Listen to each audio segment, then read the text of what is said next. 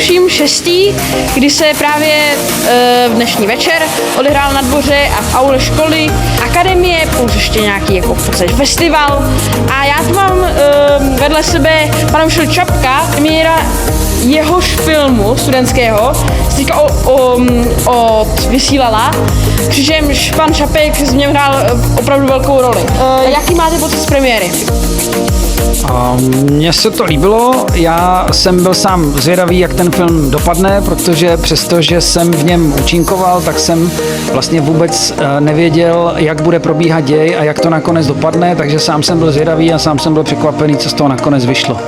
Jak se vám líbila jakože mimo jiné i celá akademie?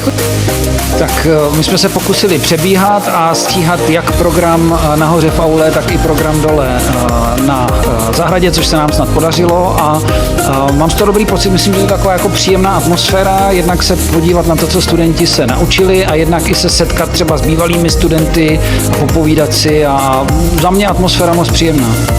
Jaký máte pocit z bitvy? Byla jako dobrá, ale chtěl bych, aby to nebylo na týmy, aby každý bojoval jako sám za sebe. Jestli se vám něco nelíbilo, nebo jestli byste něco změnil jakožto organizátor? No, říkal jsem, že už ty týmy a chtěl bych, aby tam bylo víc vody, protože třeba když jsem dobíjel, tak jsem tam čekal minutu třeba.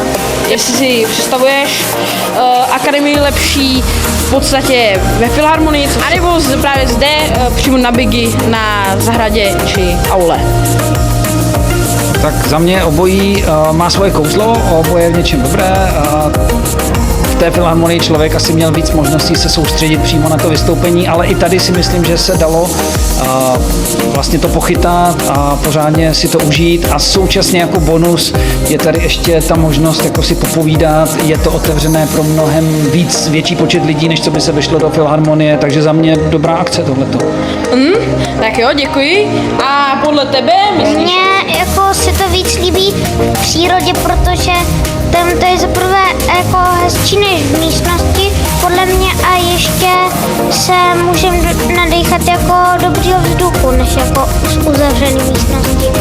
Máme tady zde Ondru. Dnes byla odvysílána premiéra tvého jako filmu, ve kterém si hrál jednu z hlavních rolí a mimo jiné si i napsal část scénáře s romantickými scénami, mimo jiné. Tak, co si myslíš o premiéře? Líbila se ti prostě, něco to nepovedlo? Tak já jsem úplně nadšený z premiéry, bylo to úplně bombový. Cením všechny, co tam přišli, bylo vám tam hrozně moc. Já za to hrozně děkuji, bylo to úplně úžasný. To napětí tam bylo veliký, ale já ten stres úplně nepocitoval, bylo to úplně úžasný a jediný, co mi tam vadilo, bylo to, že to bylo všechno hrozně rychle a uplynulo to hrozně rychle, takže už teďka vlastně můžeme čekat jenom na další premiéru, na kterou se můžete těšit příští rok.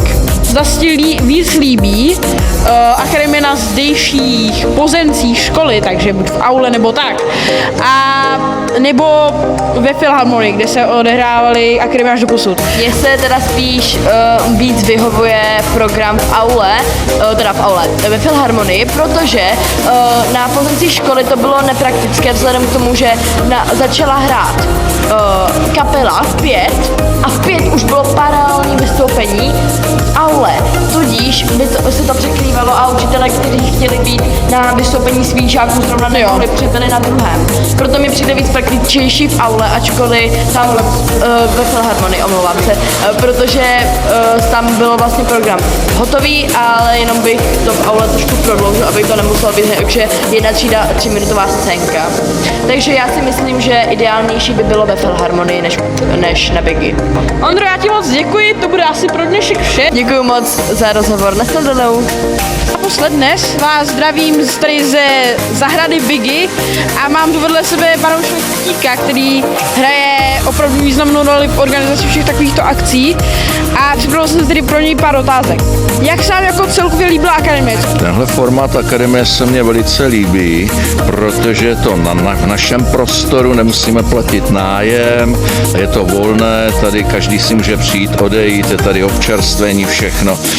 Všechna ta čísla se dala rozdělit jak tady pro stage, tak i pro aulu, takže kdo chtěl komorní prostředí, užil si aulu, kdo chtěl něco širšího, prostorově jaksi výraznějšího, šel tady ven ke stage. Preferujete z nějakých ohledech Filharmonii?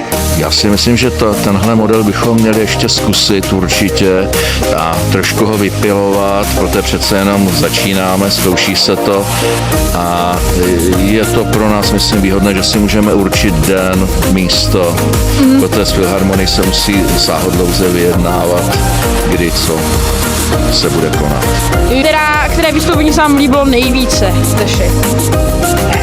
To je velice zapeklitá otázka, protože každá třída do toho vložila své, všichni se snažili, každý, i ty hudebníci, sbor, všechno, takže samozřejmě se mně líbil i náš, řekněme, německý sbor, protože to vlastně poprvé se sešli vidět, jak si kolik je tady němčinářů. Líbila se mně hraná čísla tady, co hráli v aule, tak si jenom pamatuji, tak z té předpremiéry. Mně se líbila všechna představení, já jaksi mám rád, že ti účastníci se do toho zapojí, dají do toho kus svého. Takže chválím všechny. A tak já vám moc děkuji za rozhovor a přeji pěkný zbytek dnešního večera. Děkuji.